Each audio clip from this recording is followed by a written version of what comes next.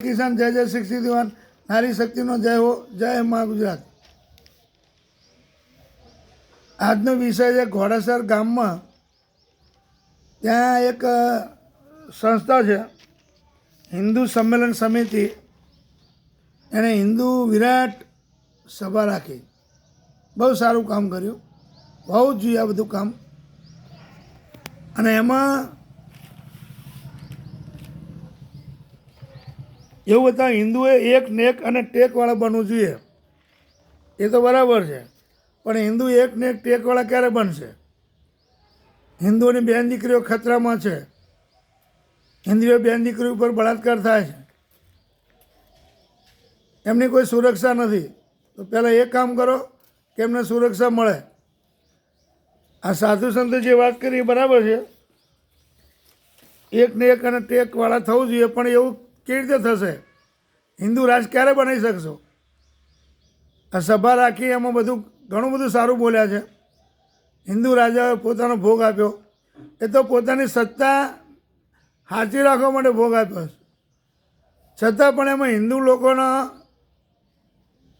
સુરક્ષાનો બરાબર છે. પણ હવે એટલે ઘોડેસરમાં વારંવાર સભાઓ થાય, બધી અલગ અલગ પ્રોગ્રામો થાય છે. સારું છે, હોવો જ જોઈએ પ્રોગ્રામ. પણ એની અંદર હિન્દુ રાષ્ટ્ર બનાવવો હોય તો પહેલાં હિન્દુ દરેક ધર્મને સાથે રાખીને કામ કરો. હિન્દુ રાષ્ટ્ર બનાવો, પણ હિન્દુ ધર્મની અંદર કેટલી બેન દીકરીઓ સુરક્ષિત નથી, કેટલી મા બહેનોના બળાત્કારો થાય, હાલતા હાલતા એમના ચેનો ખેંચાય. તો આ બધા હિન્દુઓમાંથી જ પેદા થયા છે.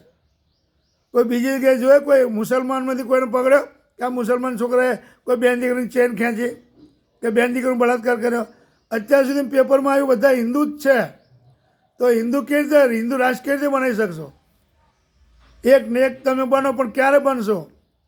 ખાલી ઘોડેસરમાં કરો છો નહીં, એવા એક એક વિસ્તારમાંથી સભા કરો અને દરેકને શિખામણ આપો. દરેક હિન્દુ રાજાઓ બી એમાં લોકોના બચાવવા માટે પ્રયત્નો કર્યા છે, નથી કર્યા એવું નથી. પણ એ રીતે હિન્દુ રાજા અત્યારે કોણ છે? અત્યારે મોદીજી ગણાય દેશના રાજા.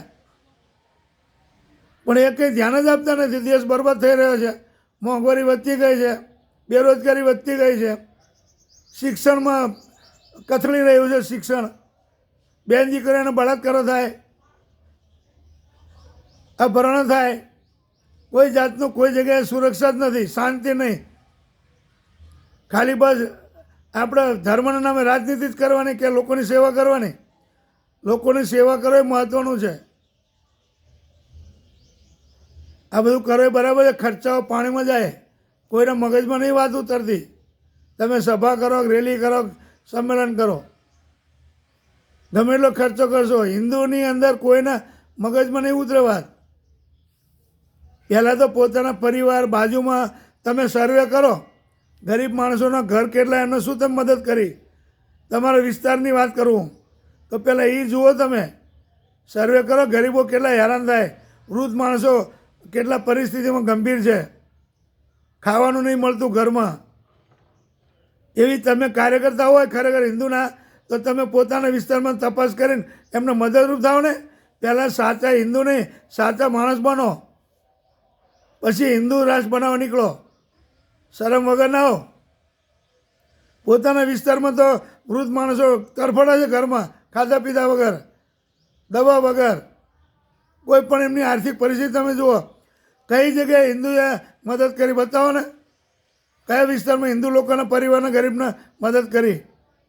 કોઈ બેન દીકરી એકલી રહેતી હોય, વિધવા હોય, ઉંમરલાયક માણસ હોય, કોઈ મદદ કરી? તો એ કરવાની જરૂર છે. અને એવી શિખામણ આપો કોઈને કે હિન્દુ રાજ બનાવતા પહેલાં સારો માણસ બને, સાચો માણસ બને, સાચો સેવાભાવી બને, કે પોતાના વિસ્તારમાં તપાસ કરે, કમિટી બનાવો પોતાના વિસ્તારની, અને ઘરે ઘરે ફરીને જુઓ. તમે જેને ખાવા ધાન ના હોય એને ધાન આપો, પહેરવા કપડાને કપડાં આપો, દવાનો તકલીફ હોય તો એને પૈસા આપો, અથવા દવા લઈ આપો. બિલ લઈ જાઓ કે લાવો કાં કે બિલ. પહેલાં આ તો કરો, ખાલી સ્ટન્ટ ઊભા કરો બધા. જય જવાન, જય કિસાન, જય જય શિક્ષિત યુવાન, નારી શક્તિનો જય હો. જય મા ગુજરાત.